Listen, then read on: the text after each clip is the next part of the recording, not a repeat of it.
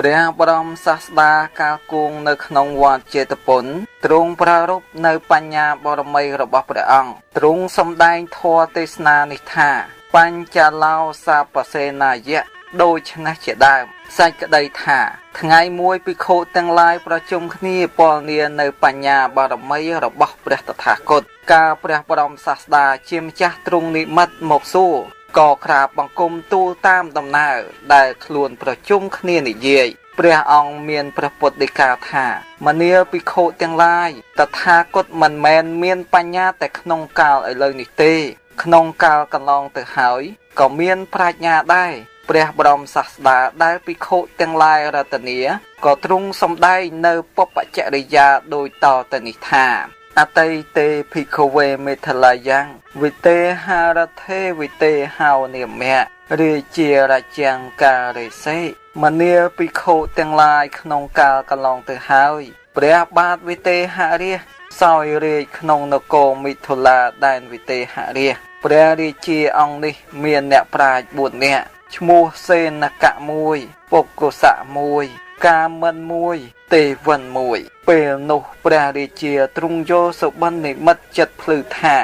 មានគំនរភ្លើង4ភ្នុត្រង់ជ្រុងទាំង4នៃព្រះរាជវាំងឆេះសន្ធោសន្ធៅឡើងស្មើនឹងកំផែងធំត្រង់កណ្ដាលភ្នុភ្លើងទាំង4នោះមានភ្លើងមួយប៉ិនអំពិលអំពែកឆេះផ្លែតឡើងភ្លឺជាងភ្នុភ្លើងទាំង4ធំភ្លឺឡើងទៅខាងលើទល់នឹងអគណតកាព្រំជុំវិញពេញសកលចក្រវាលព្រឹកឡើងទ្រង់សួរអ្នកប្រាជ្ញទាំង4នាក់បណ្ឌិតទាំង4ធ្វើទំនាយថ្វាយថា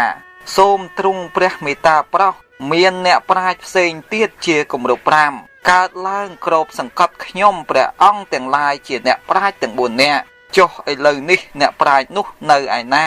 សូមទ្រង់ព្រះមេត្តាប្រោសថ្ងៃនេះជាថ្ងៃដែលអ្នកប្រាជ្ញនោះចាក់បដិសន្ធិក្នុងកាលនោះឯងមានមហាសេដ្ឋីម្នាក់ឈ្មោះសិរីវត្តមានភរិយានាងសុមនាទេវីនៅក្នុងស្រុកឈ្មោះបាចិនក្រៀមខាងកើតក្រុងមិថុលាព្រះពោធិសត្វចុតចុះចតាវតឹងពិភពមកចាប់បដិសន្ធិក្នុងផ្ទៃនៃនាងសុមនាទេវីក្នុងវេលាដែលព្រះរាជាទ្រង់យល់ព្រះសុបិននិមិត្តនោះឯងទេវបុត្រ1000អង្គផ្សេងទៀតក៏ចុតចុះចាក់ព្រមគ្នាមកចាប់បដិសន្ធិក្នុងត្រកូលនៃអនុសេដ្ឋីទាំងឡាយក្នុងស្រុកនោះដែរ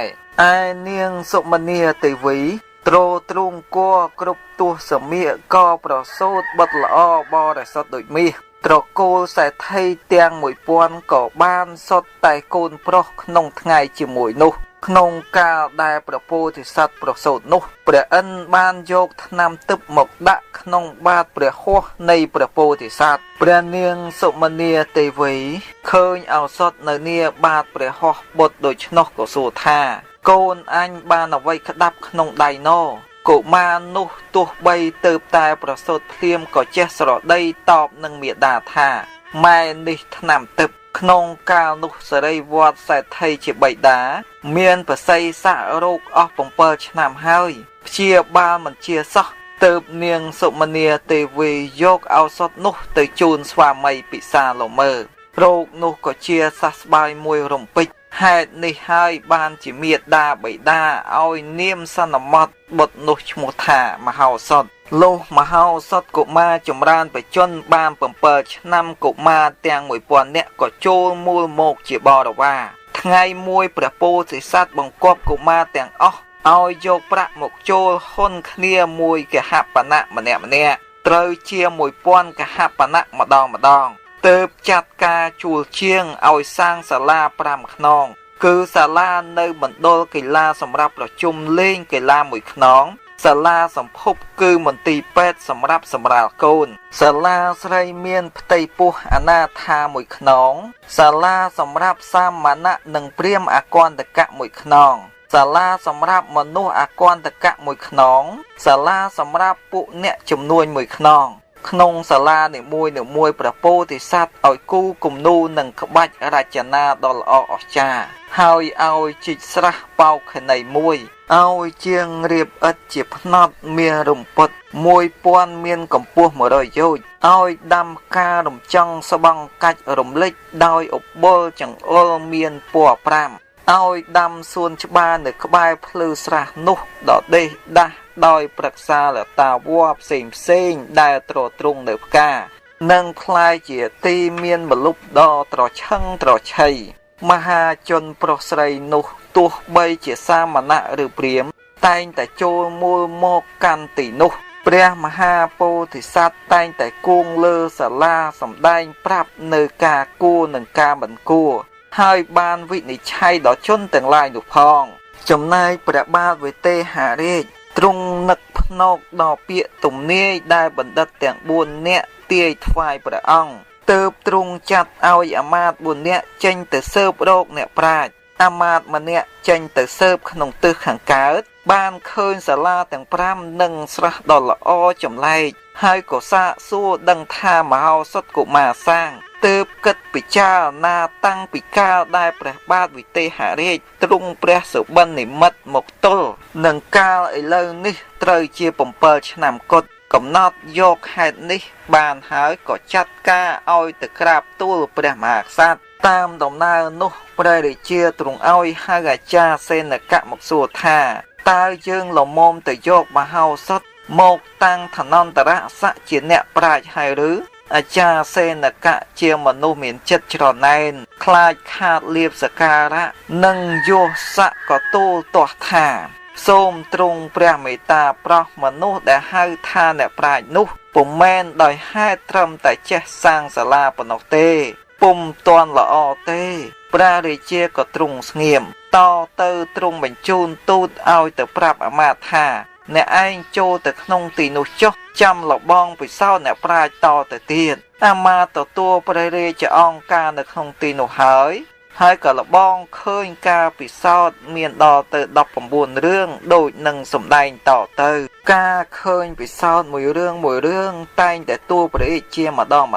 សូមឲ្យនាំមហោសថទៅតាំងជាអ្នកប្រាជ្ញប៉ុន្តែពុំអាចតាំងបានព្រោះតែអាចារ្យទាំង4នាក់ចេះតែជំទាស់ទី1ម៉ាំងសាំងសាច់ថ្ងៃមួយព្រះមហោសថទៅកាន់កីឡាមណ្ឌលសត្វខ្លែងមួយឆាបយកដុំសាច់មួយដុំអំពីជ្រុញអ្នកលក់សាច់ទុះទៅកាន់អាកាសក្មេងទាំងឡាយឃើញហើយក៏នាំគ្នាដេញតាមខ្លែងងើបមើលទៅខាងលើពីក្រោយសត្វខ្លែងនោះខ្លះក៏ជំពប់នឹងដុំថ្មខ្លះក៏ចូលនឹងដង្កត់បានសេចក្តីលំបាកដ៏ច្រើនពុំអាចឲ្យខ្លែងទម្លាក់ដុំសាច់នោះបានឡើយព្រះមហោសថក៏ខាត់ក្មេងទាំងនោះហើយក៏តាំងចិត្តថានឹងយកដុំសាច់ឥតងើបមើលខាងលើសោះស្ទុះមួយទំហឹងទៅកាន់ស្រមោលខ្លែងទះដៃផោងស្រែកយ៉ាងខ្លាំងដោយដៃជះចិន្តានុភាពនៅសូរសាប់សំឡេងនោះដូចជាទៅបុកចំផ្ទៃនៃសត្វខ្លែងក៏ភ័យទម្លាក់ដុំសាច់មកព្រះមហោសថមើលត្រឹមតែសមោលក៏អាចទទួលយកដុំសាច់មិនឲ្យធ្លាក់ដល់ដីបានឡើយគោណៅសត្វគោមានបរោះម្នាក់ជិះគោបោទៅឲ្យបរិភោគស្មៅចុះមកអង្គុយងក់ក្បែរគល់ឈើចោរម្នាក់លួចគោទាំងឡាយរត់ទៅម្ចាស់គោភ្ញាក់ឡើងក៏ស្ទុះតាមប្រញាប់ប្រញាល់ថាអ្នកឯងនាំគោអញទៅណាចោរប្រកែកថាគោរបស់ខ្លួន2អង្កលព្រះមហោសថឲ្យហៅមហាជនទាំង2មកសួរតាមដំណើរម្ចាស់គោថាខ្ញុំបានទិញគោទាំងនេះពីដៃមនុស្សឈ្មោះឯណោះនៅស្រុកឯណោះសឹងមានជនទាំងឡាយជាអ្នកស្រុកឯណោះបានដឹងឮផងចោរថាគោទាំងឡាយនេះកើតក្នុងផ្ទះខ្ញុំអ្នកនេះនិយាយកុហកព្រះមហោសថសួរថាគោទាំងនេះអ្នកឯងឲ្យស៊ីអ្វីផឹកទឹកអ្វីចោរថាខ្ញុំឲ្យផឹកទឹកបបរឲ្យស៊ីល្ងនិងសណ្ដែកម្ចាស់គោថាទៀនប្រោខ្ញុំបាទជាអ្នកកំសត់ទួរកុដនឹងបានបបរល្ងសណ្ដែកអំពីណាឲ្យគោទទួលទៀនខ្ញុំបាទឲ្យវាទទួលទៀនតែស្មៅប៉ុណ្ណោះព្រះមហោសថឲ្យស្មានកត់ចម្លើយសពគ្រប់ហើយឲ្យយកស្លឹកព្រិចមកបុកច្របាច់ឲ្យគោផឹកគោចង្អោមកសុទ្ធតែស្មៅព្រះមហោសថបង្ហាញដល់មហាជនថានេះហើយចោរព្រមទទួលថាខ្លួនជាចោរមែនឬ ទើបព្រះពោធិសត្វឲ្យដំបូលមានឲ្យស្គាល់គុណទោសខុសត្រូវក្នុងបច្ចុប្បន្ននិងបរតលោកហើយឲ្យរក្សាសិល5តរៀងទៅទី3កាន់ថេសង្វា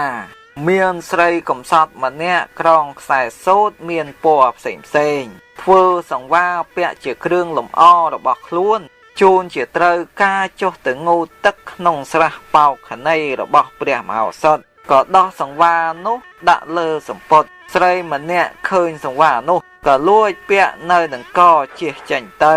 ស្រីជាម្ចាស់ឡើងអំពីស្រះរលះរលែងដេញតាមចាប់សម្ពត់ស្លៀកជាប់សួរថាហងឯងយកគ្រឿងប្រដាប់អញទៅណាស្រីចោលឆ្លើយថាអញឥតយករបស់អ្នកណាទេគ្រឿងប្រដាប់នៅកអញពិតជារបស់អញព្រះមហោសថកំពុងក្រសាកីឡាជាមួយនឹងពួកក្មេងៗឮសំឡេងជនទាំងនោះឆ្លោះគ្នាមកចិត្តទ្វារសាលាក៏សួរស្រីចៅថានាងឯងអបគ្រឿងដោយក្លិនអ្វីស្រីចៅឆ្លើយថាខ្ញុំអបជានិច្ចដោយក្លិនសពសហារឹកស្រីជាម្ចាស់របស់ឆ្លើយថាខ្ញុំទាស់ក្រណាស់បានគ្រឿងសពសហារឹកពីណាមកអបខ្ញុំអបដោយក្លិនផ្កាព្រិចតែប៉ុណ្ណោះមហាបុរសឲ្យយកភេកទឹកមកដាក់ត្រាំគ្រឿងប្រដាប់នោះឲ្យហៅអ្នកធ្វើទឹកអប់មកបង្គាប់ថាអ្នកឯងពូតខ្សែសង្វារនេះហើយហិតមើលតើជាក្លិនអ្វីអ្នកធ្វើទឹកអប់ឆ្លើយថាក្លិនផ្កាព្រិចព្រះពោធិសត្វក៏ប្រកាសសេចក្តីនោះដល់មហាជនឲ្យបានដឹងគ្រប់គ្នាថាស្រីនេះជាចៅស្រីនេះជាចៅស្រីនេះជាម្ចាស់សង្វារទី4សតាំងអំបោះស្រីម្នាក់រវៃអំបោះដាក់ផ្លែទម្លាប់ខាងក្នុងរុំធ្វើជាហុងអំបោះហើយកណ្ដៀតដើរមកផ្ទះដាក់ហុងអំបោះលើសម្ពុតចុះទៅងូតទឹកក្នុងស្រះបោកខេណីនៃព្រះមហោសថស្រីផ្សេងទៀតកណ្ដៀតហុងអំបោះនោះជិះចេញទៅស្រីម្ចាស់របស់ក៏ឡើងមកឆ្លោះប្រចាប់គ្នាថាហងឯងយកអំបោះអញទៅណាស្រីចៅឆ្លើយថាអំបោះនៅដៃអ្នកណាអ្នកនោះជាម្ចាស់របស់ព្រះមហោសថសួរស្រីចៅនោះថាកាលនាងឯងធ្វើហុងអំបោះបានដាក់អ្វីខាងក្នុងស្រីចៅឆ្លើយថាខ្ញុំបានដាក់ផ្លែកបាសឯស្រីម្ចាស់អំបោះឆ្លើយថា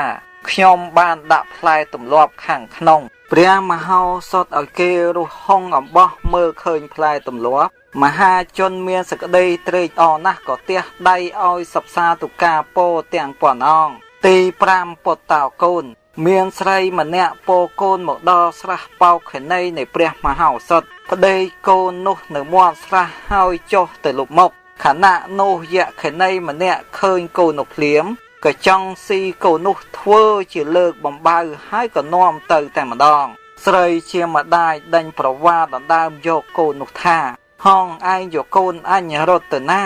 យក្ខិនីថានាងឯងបានកូនពីរអង្កាលនេះប្រកាសជាកូនអញទេតើព្រះមហោសថឮសំឡេងឆ្លោះគ្នាដូច្នោះហើយក៏ហៅមកគ្រាន់តែក៏លេចឃើញមុខយក្ខិនីក៏ស្គាល់ថា